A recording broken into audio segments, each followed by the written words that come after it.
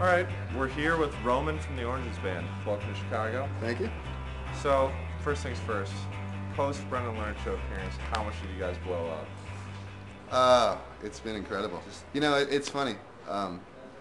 We have these kind of fans kind of coming out of the woodwork a little bit, and we try and figure out where they're from. And the younger ones are from Brendan Leonard. You know, we have a friend in Baton Rouge who came out to the show, and came from the Brendan Leonard show. So, which is blowing up for us. You know, that's one. You know, it's more than none. So it's pretty good.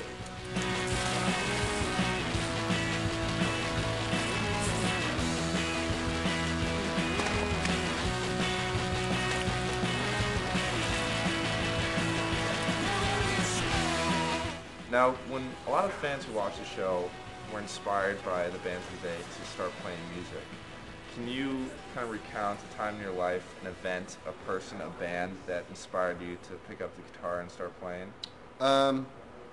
Yeah, probably. When I was going to college at Villanova, I didn't start playing guitar till I was your age. Mm-hmm. So like before that, I was kind of in high school, skateboarding, just doing kind of whatever, and I wasn't really involved in music, you know, which I think is kind of a little rare. Seems like most people I know kind of started younger than I did. But when I went to college, I started to find bands like Pavement and the Archers of Loaf and the Poster Children and Nirvana and things like that. And that kind of put the idea in my head that, you know, these people are making music, and that's a good idea, and maybe I could do that. And my dad bought me a mandolin, of all things, you know, because my dad's a musician. So, and my dad and my mom would like to, they never kind of pushed it on us, but if we were kind of showing a little bit of interest, they'd like to make it available to us. So I had a mandolin in college, so I learned. Did you play Stonehenge? Yeah, I didn't learn that one. See, that was way beyond my, you know. I learned Losing My Religion, because that was the year that that was the year that REM came out with their mandolin album. Yeah. So I was way into that, you know. Yeah. And that was, see, Peter Buck couldn't play mandolin either, so he just ding, ding, ding, ding, ding. You know, so I could learn a few of those songs and feel like I've accomplished something. And then I got a guitar, you know, and that was like, got a guitar, you know. And then bands like Polvo and these bands who are doing kind of weird guitar things kind of struck my ear, and just like, you know, you don't even know how to have to play, you just, you know, and kind of stuff like that.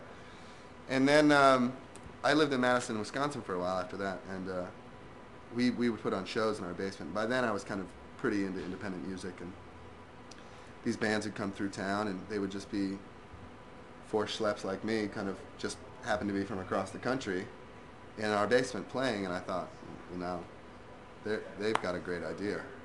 You know, nobody knows them from Adam, and here they are, halfway across the country playing music, and so that kind of inspired me further to kind of be like, not only can you play music and write songs and be a musician, but you can do something with it. You can take it somewhere, and you know, it's not about, you know, kind of being the next big thing or doing it. It's kind of about, it became about having the experience of what would Guns N' Roses do if they were just a kind of a bunch of jack-offs, you know, like kind of with no, you know, energy behind them, and they had to do it themselves. Well, here's what they would do. They'd be in somebody's basement, halfway across the country, eating ramen noodles and playing for $25, you know? And it seemed like the life of Riley to me. I was just like, this is the greatest thing ever. So that's kind of what really got me into doing this.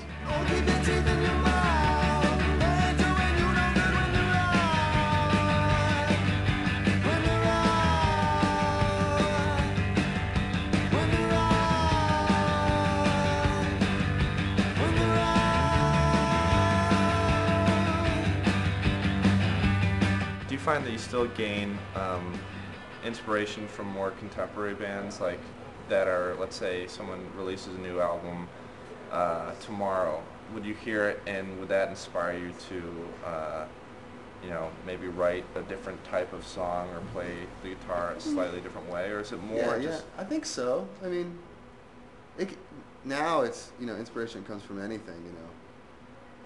We can come across bands that came out in late 70s, like a band called The Records. We were just listening to their album, and you know, it's a lot like things that were going on then, Elvis Costello and Joe Jackson, things like. But they were doing a little bit differently. And there's, you know, a band called The Embarrassment, who are from Kansas, mid '80s, kind of doing what REM was doing, but a little differently, you know. In and Kansas, so, not in Athens. exactly. So they had a cornbread kind of taste to the whole thing, and so there's that. You know, you kind of, you know, we've heard REM and we've heard those bands, and you know, we've kind of taken what we can get from them, and so you hear bands who were a little bit left of what they were doing, and you think, all right, well, they're doing something a little bit different, and I can do that.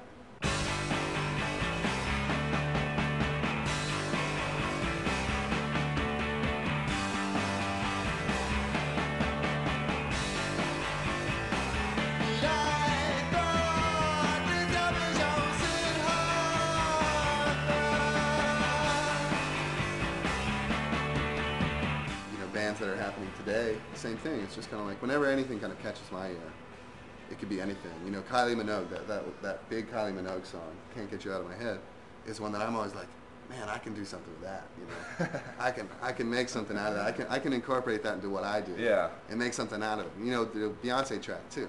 Just like, I don't know how, I don't know what I'm gonna do with it, but I'm gonna do something with that. You know? Yeah. And just use it, you know, mentally in some way to kind of make something else. Yeah. And so yeah, it can come from anywhere, you know. And, you know, popular, unpopular. I can look at a band and say, well, I don't want to do that, you know. Yeah. That's one thing for sure. Like The Darkness, I don't want to do that. Yeah. You know? That's not for me. Yeah, it's, wearing tights isn't for everyone. No, absolutely.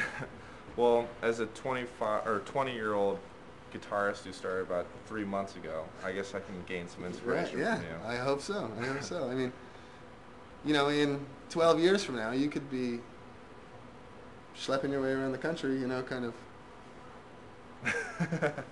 you know, wondering what's next, and God, what am I doing, you know? No, I'm just kidding. You know, It's great. It's been great. It's you know, I've met so many people this way. It's the best. It's the best in the world. Yeah. Well, next time you hear the Oranges Band or going on tour, check it out. Believe me, I've been there. It's quite a show, and I can't wait for tonight. Thanks a lot, Roman. Cool, man. Thanks.